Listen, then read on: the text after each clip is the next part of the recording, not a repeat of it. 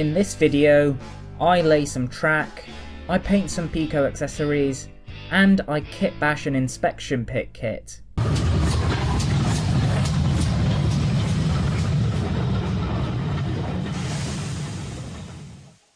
Hello everybody, welcome back aboard the night train for another video of actually working on the model layout. I feel like I still don't do that enough, but progress is progress.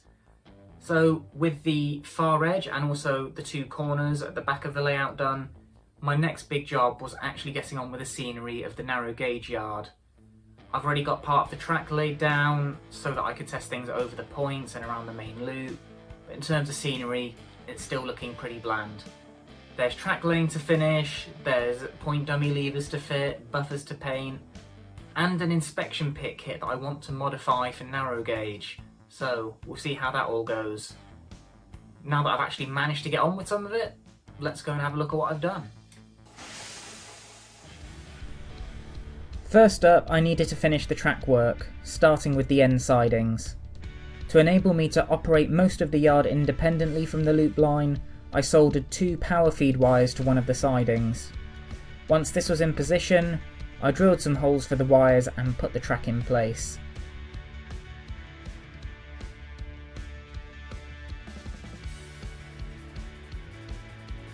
I then pinned the track down and gave a quick test with a wagon.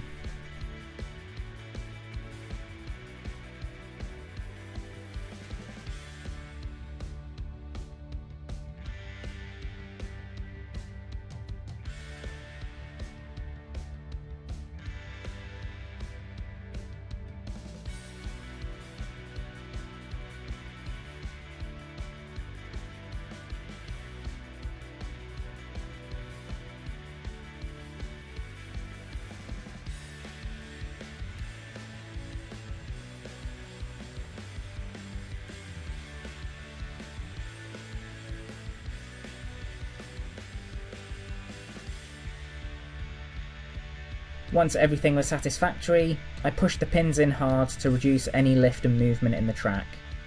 Before doing any ballasting, I wanted most of the points in the yard to appear hand controlled, so I painted up some Peco dummy point levers to position by the points. I used some wood weathering bases for the lever mounts, making sure to leave the central rodding its base colour.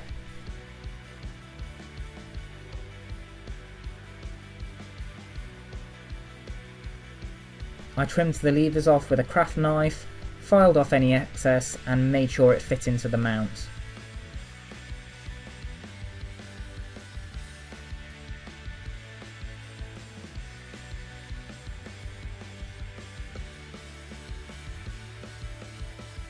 Once I was happy, I gave the levers a quick coat in a grimy brown paint to make them look more used.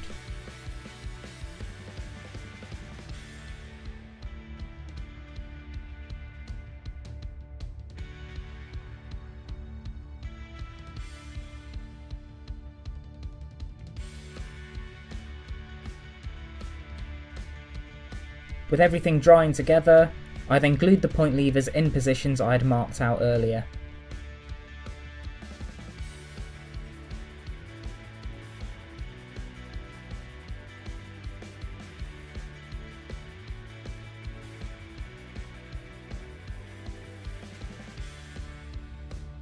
Next it was on to the ballasting, for which I used the same approach as I did with my 00 gauge track. I laid the ballast with an end gauge ballast spreader, tidied it up with a brush and tapped out any loose grains from the rails with a spoon. After a quick spray with a mix of washing up liquid and water, I applied 50% diluted PVA with a pipette between the sleepers inside and outside the rails. I also took the opportunity to blend, merge and secure the different coloured ballasts where they met between the two gauges of track.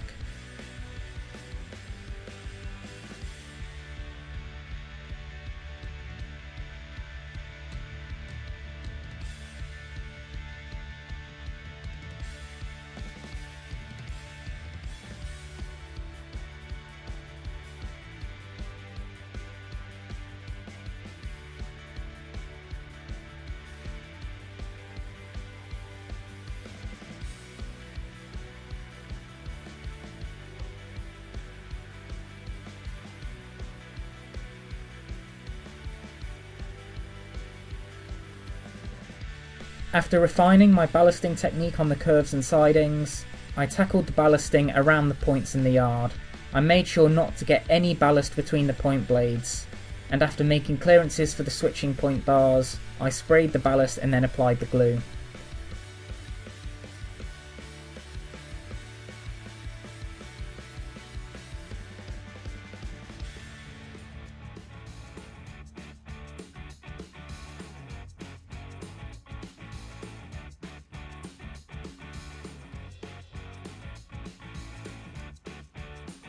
The sped up footage hides all the care I took, but to be on the safe side, I cleaned all the track with rubbing alcohol afterwards, especially around the point contacts. This was to remove any glue that had slipped over and onto the rails. Before ballasting the ends of the sidings, I needed to install buffer stops. For these, I used some of the Peco 009 buffers, first giving them a quick coat of primer.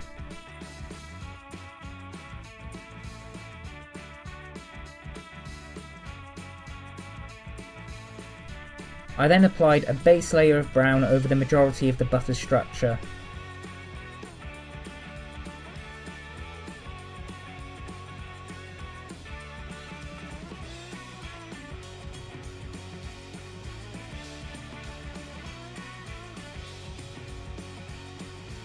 Inspired by a recent trip to the Talaclin Railway, I decided to paint the buffering planks in a deep red.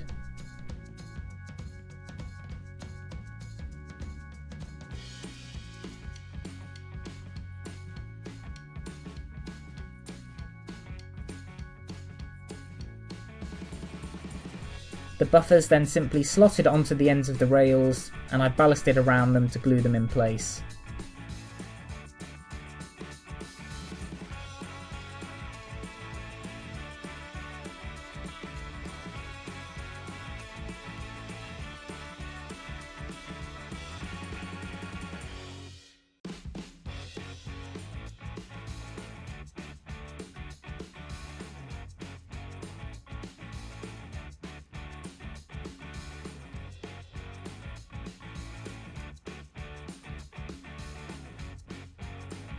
I tested both sidings with a wagon to make sure nothing derailed over the ballasted points and track.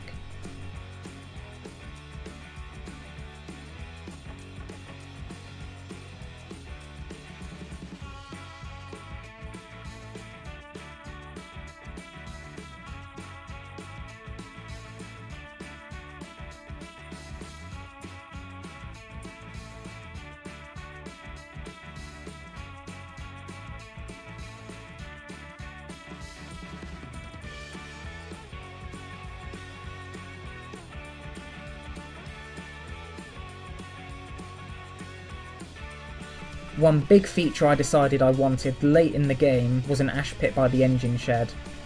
As no such kit was available in 009, I opted to adapt the N-Gauge 1 Peco produces. It came with sections and some steps, which I would have to modify or replace to get them to 00 scale.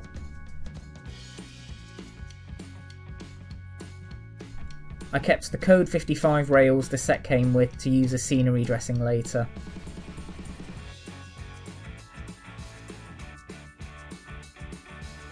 First, I removed the sections from the sprues and cleaned them up before putting them together to my desired length.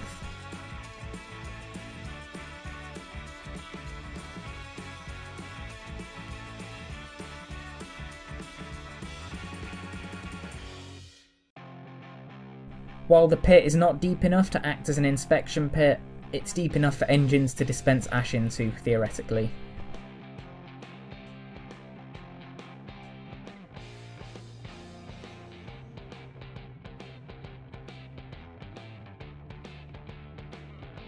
With the length decided, I marked out where this would fit on my board using a longer piece of track.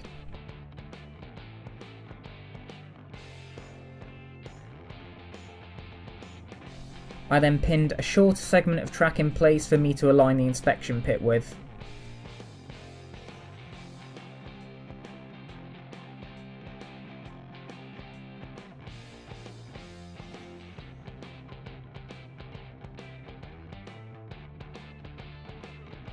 After gluing the sections together, I decided to use the provided steps and glued them in place.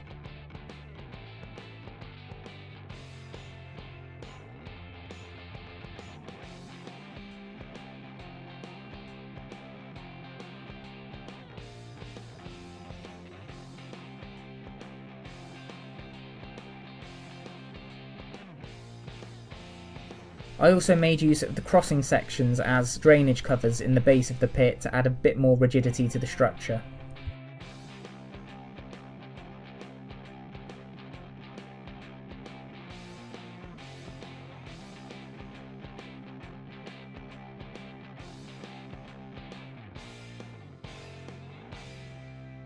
Using some L-shaped plastrut strips, cut to length, I fitted these to the stairs to reduce the number of steps.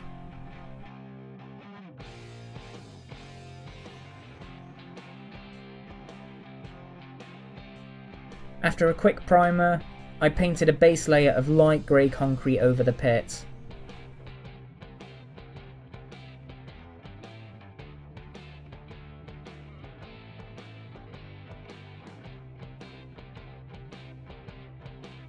I then covered it in an oily, grimy wash and finally a thicker layer of black weathering powder to simulate soot, ash and coal dust.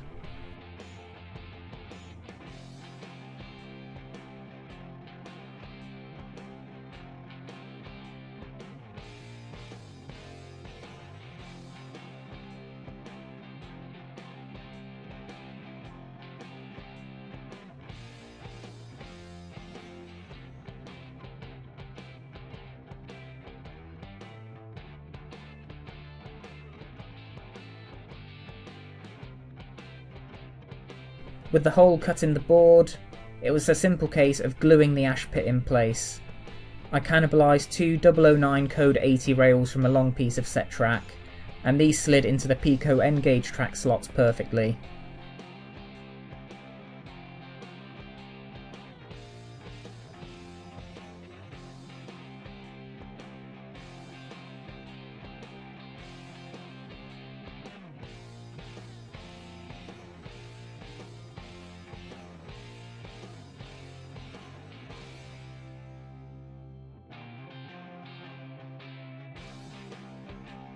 A quick test with a wagon revealed no issues.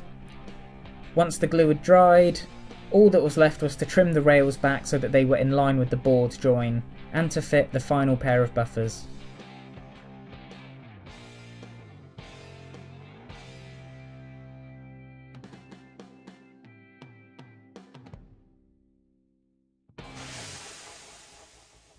And that is track laying complete, as well as the first base layer of scenery and detailing.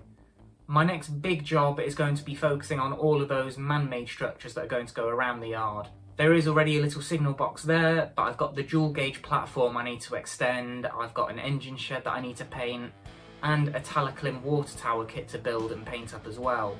So, still plenty to get on with, and then it's turning my eyes back to the sort of more general scenery, in terms of what's going on up the side, round the backs and at the ends of the yard, to really flesh out the scene a little bit more. So, plenty to do. I'll be back with another video once I've managed to actually get some of it done. So, if you want to see how this goes, please make sure that you've liked the video, subscribe to the channel, and comment below. Have you made a narrow gauge layout yourself? And if so, how did you go about it? Thanks for watching, and I'll see you in another video very soon. Take care.